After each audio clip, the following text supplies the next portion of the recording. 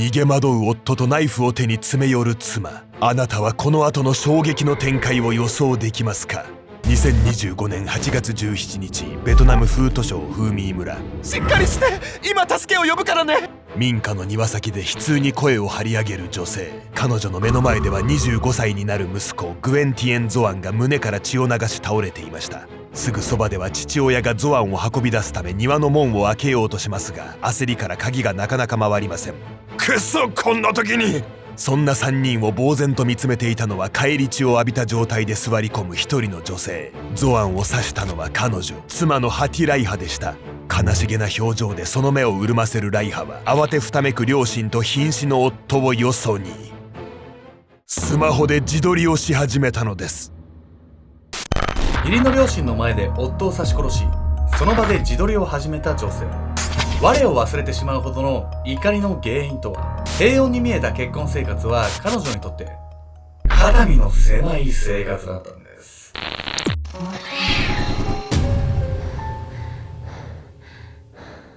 おそすけちゃんです。みやみこーです。あなたさ、シュガーラッシュっていう映画見たことある？あるね、お菓子あるんだ。のディズニーの映画だね。そうそうそう。ポニーテールの。ディズニーの中だとマイナーだと思ってたから今まで見たことなかったんだけど、1と2見たのね。ゲームの中のキャラクターが主人公なんだけど、なんか1はゲームと違うゲームを行ったり来たりできる。それが2だと、シュガーラッシュオンラインっていうタイトルになって、Wi-Fi とかを通してさ、世界中のゲームとか、なんなら Amazon とか、インターネットの中全部にキャラクターが行けるような世界が描かれてるわけ。だから私たちって普段さ、スマホとかパソコンで二次元っていうか表面的なものでしかインターネットって見てないけど、シュガーラッシュオンラインだとキャラクターの目線に立ってさ、いわゆるメタバース的なさ、3次元の世界でインターネットが表現されてるから、画面の中に入れてんだね、彼らは。そうそう。だから YouTube を見るにも乗り物に乗って移動するわけ。ウェブのさ、記事とか見てるとさ、いきなりポッって広告が出てきて、ここをクリックしたらいくら稼げますとかって出てくる。それもキャラクターで表現してあるから、それをぜひみんなに確認してみてほしい。私そこは一番面白かったから、ぜひ見てみて。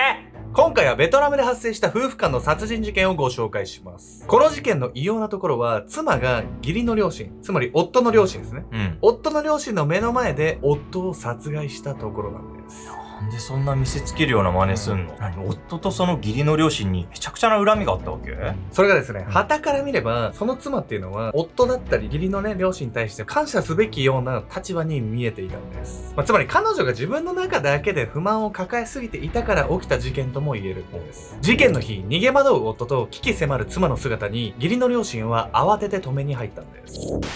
妻なのに。2025年8月17日、ベトナムフート省フーミー村。ライハ、落ち着いてくれ。深夜0時20分頃、民家の庭先へ一目散に逃げ出してきたその男性は25歳のグエン・ティエン・ゾアン。妻のハティ・ライハは怒りに満ちた表情でその後を追います。息も絶え絶えに左胸を押さえていたゾアン。その胸からは血がにじみ出していました。おい、何事だ。同じ敷地内で暮らしているゾアンの両親も騒ぎを聞いて庭へ駆けつけます。その手にナイフを構えゾアンを睨みつける妻のライハ。ゾアンの父親は彼女の前に立ちふさがりますが、ライハは義理の父を押しのけてでも夫へ詰め寄ろうとします。私は妻なのに、どうして私だけこんな扱いを受けるの。その目に涙を浮かべるライハの中には、怒りだけではない複雑な感情が渦巻いているように見えました。一体夫婦の間に何があったのでしょうか。その日の朝、ライハと夫のゾアンは仕事に向かう前から激しい口論をしていました。なんで私に相談もしないで勝手に決めちゃうのよ。妻のライハが怒っているのは、ゾアンが独断で母親にお金を貸すことを決めたため。5歳の息子と暮らしている夫婦の家計は決して余裕があるとは言えず、ライハは自分に一言も相談しなかった夫の振る舞いを不服に思ったのです。両親には借りがあるんだ、少しくらいいいだろう。夫のゾアンはそう言いますが、ライハは納得しません。2人の話はそのまま平行線をたどり、やがて出勤時間に。同じ工場へ勤務していた夫婦は緊迫した空気のまま職場へ向かったのです。家のお金を母親に貸し出すんだとしても、妻である自分自身には相談してほしいよね、普通ね。それはそうなんですけど、そもそもね、普通ナイフを持ち出すほどの喧嘩にはなんないですよね。そうね。ライハの憤りっていうのは、この一件に対するものだけではないように思えたんです。朝から口論になったその日、ライハとゾアンは仕事終わり、夫婦揃って職場の懇親会に参加しました。同僚たちとお酒酒を飲み交わし、日付が変わった頃に酔いが回った状態で帰宅した2人。すると2人きりになると同時に、夫婦はまた夫の母親へのお金の貸し出しをめぐって言い争いになるのです。私はあなたの妻なのよ。どうして一言も相談してくれないのよ。朝からのやり取りを見てもわかるように、ライハはお金を貸すことそのものよりも、とにかく夫がギリギリまで何も話してくれなかったことに腹を立てていました。そして2人とも酔いが回っていたこともあってか、口論はみるみるヒートアップ。もう知らない。妻のライハはそう言って寝室へ向かいますが、彼女はすぐにナイフを手に戻ってきたのです。ライハ、やめないか。庭へ飛び出してきた夫婦に気づき止めに入った夫の両親。ゾアンの父はライハを取り押さえ、その手からナイフを取り上げました。力ずくで止めなければ夫を殺してしまいかねない勢いのライハ。憎しみと悲しみが入り混じった彼女の表情は、喧嘩による一時の感情ではなく、結婚生活で積もり積もった葛藤を物語っていたのです。私はあなたの妻なのに。なんとなくだけど、これはさ、夫が勝手にさ、お金を貸そうとしたことよりも、なんか普段から自分自身が受けてる扱いに不満があるように見えるわよね。ほんとその通りなんですよ。穏やかに見えた結婚生活の中、妻は一人、肩身の狭さを感じていたんです。感謝ゆえの負担。後に加害者となる女性ライハは18歳の頃に夫のゾアンと結婚。すぐに子宝に恵まれ、5年間夫と息子の3人で結婚生活を送っていました。2人が暮らしているフーミー村は県内の主要工業地帯の一つ。彼らが共働きで工場へ勤めていたのと同じように、多くの若者が工場労働者としてその村に集まっていたのです。夫婦は早朝から夜遅くまで働いているため、その間5歳の息子の面倒は同じ敷地で暮らしている祖父母が見ていました。すぐそばに頼れる身内がおり、安心できるその環境で穏やかに暮らしていた夫婦。近隣住民も2人が喧嘩をしているところなど見たことがなく、仲の良さから冷やかされることもあるほどでした。そして妻のライハは SNS 投稿が趣味。美人な彼女は充実した日々の様子をまるでインフルエンサーかのように投稿していました。一方でライハの SNS 投稿には時折結婚生活への不満が綴られていたのです。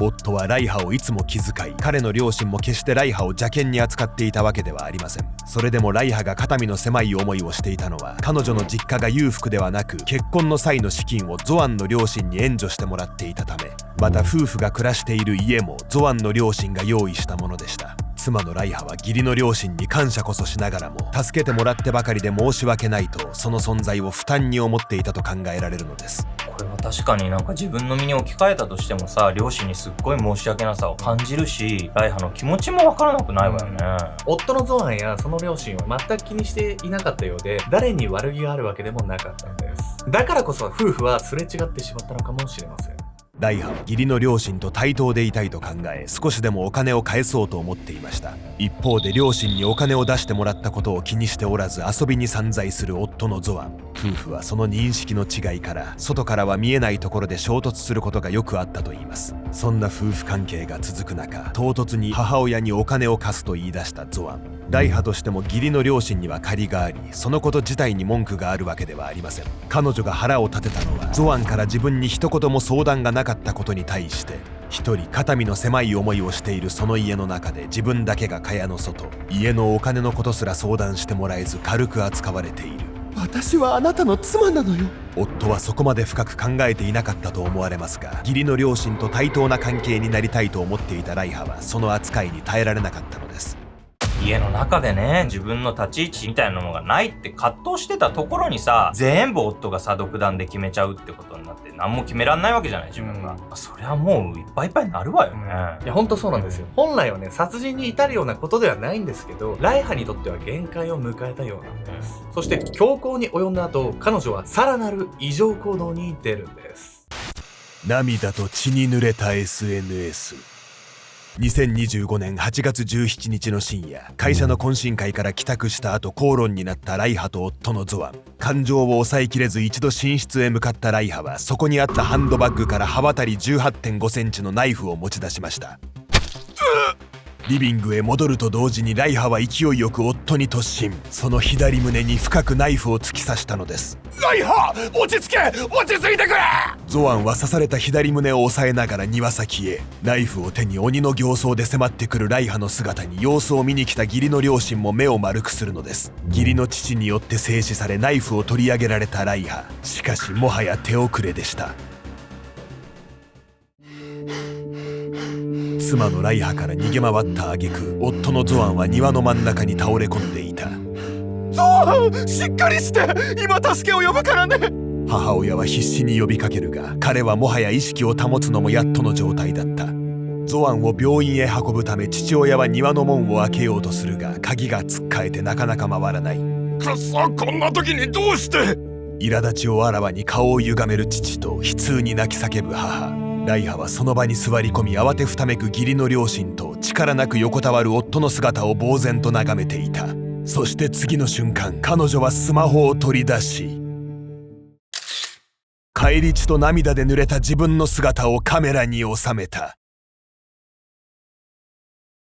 ライハはその場で血まみれの自撮り写真を SNS にアップ。彼女のフォロワーの多くがその投稿内容に目を疑ったのです。急にサイコパスみたいな行動を取り始めちゃったんだけど、どうしちゃったわけ？ライハのこの行動は殺人を誇示するものでも、被害者こそ自分だと示すものでもなくて、無意識のものだとされているんです。というわけで本日のメトラキーワード、急性ストレス下の自動操縦的反応について。人間は極度のストレスにさらされると、ノルアドレナリンやコルチゾールなどのストレスホルモンの影響で脳のうち理性を司る前頭前野の機能が低下します。するとより本能的な扁桃体などの部位が優位に。理性で考える能力が低下しているこの状態では、人間は考えずにできること、つまり習慣化された行動に流されやすくなります。これが急性ストレス下の自動操縦的反応。ライハは普段から SNS で結婚生活の不安や不満などを吐き出していました。 SNS で感情を吐き出すことは彼女にとって習慣化された行動。ライハは悲劇のヒロインを演じたかったわけでも、殺人の事実を誇示したかったわけでもなく、混乱のあまりほとんど無意識に SNS 投稿を行った可能性があるのです。深夜3時にはゾアンの海外で暮らしている弟から連絡を受け、近隣に住む親戚がその家へ駆けつけました。ゾアンはどうした？男性が駆け込んできた頃には、ゾアンは両親と病院へ向かった後、家の中には抜け殻のようになった妻ライハの姿しかありませんでした。一方で夫ゾアンの胸の傷は想像以上に深く、心臓にまで達していました。彼は医師の懸命の処置も虚しく、搬送先の病院で息を引き取ったのです。その後、親戚の通報で警察が到着し、ライハを逮捕。取り調べの時点では彼女も冷静になっており、涙を流しながらただこう話したといいます。後悔しています。こうしてライハは殺人罪で起訴される運びに。事件の全容解明のため約4ヶ月の勾留となり、2026年1月31日に第一審が開かれました。法廷においてライハは犯行を全面的に認め、その原因を夫が事前の相談もなしに義理の母にお金を貸そうとしたことだと説明。彼女は当日お酒を飲んでおり、酔いが回っていたために感情をコントロールできなかったとも話します。こんなことになるとは思ってもみませんでした。今はとにかくご両親に謝りたいです。取り調べの際と同じく涙ながらにそう語ったライハ。一方で彼女は酔っ払っていたとはいえ、夫に心臓まで達するほどの傷を負わせており、そこには明確な殺意があるように思えました。また裁判官は、両親が静止してもそれを押しのけ、負傷した夫を執拗に追跡したその行為は社会的に見て非常に危険だと指摘。その後も夫を助けようともせず、血まみれの状態で SNS に自撮りの投稿をした異常行動についても、遺族に甚大な精神的苦痛を与えたと断じたのです。これらの要素からライハの犯行は極めて悪質かつ凶暴だと結論付けられ、懲役19年という厳しい判決に。そして夫が殺されてしまったことだけでなく、5歳の息子が父を失い、母とも一緒に暮らせなくなってしまったことも、この事件の悲惨さを際立たせています。息子は被害者ゾアンの両親、つまり祖父母に引き取られることとなりました。孫を抱きかかえながら夢であってほしかったと泣き崩れる祖母。祖父は息子を失った悲しみを必死に押し殺しながら、現在は孫の成長だけを支えに生きているといいます。息子さんまだ5歳でしょ。ほんと親御さんの愛情がめちゃくちゃ大事な時期にこんなこと起きちゃってさ、めちゃくちゃなトラウマが残ってるでしょ。ライハもね、辛かったのかもしれませんし、夫婦にしかわからないこともあったとは思うんですけど、残される息子のことを考えて、なんとか踏みとどまってほしかったなっていうのが、あくまでね、外野からの意見ではあるんですけどね、本当にそう思います。結婚生活においてゾアンの両親からの援助は嫁いできたライハにとっては感謝を感じるとともに重荷にもなっていました。イースタン・ワシントン大学名誉教授フィリップ・ワトキンスらの研究でも、人は援助に対し感謝と同時に義務感のような負の感情を少なからず感じるとされています。そして相手に対しその返さなければならないという義務感が強くなればなるほど、ポジティブな感謝の気持ちは減り、緊迫した関係性になりやすいとも。殺人の事実は決して擁護できません。一方で義務感を伴う関係性を変えたいライハと気にしなくていいと考える夫ゾアンのすれ違いは、知らず知らずに埋められないほど大きくなっていたのかもしれません。あなたは身近な人に対して借りを作ってしまい居心地が悪いと感じたことがありますか？その関係性が抑えきれないほどの激情につながることもあるのかもしれません。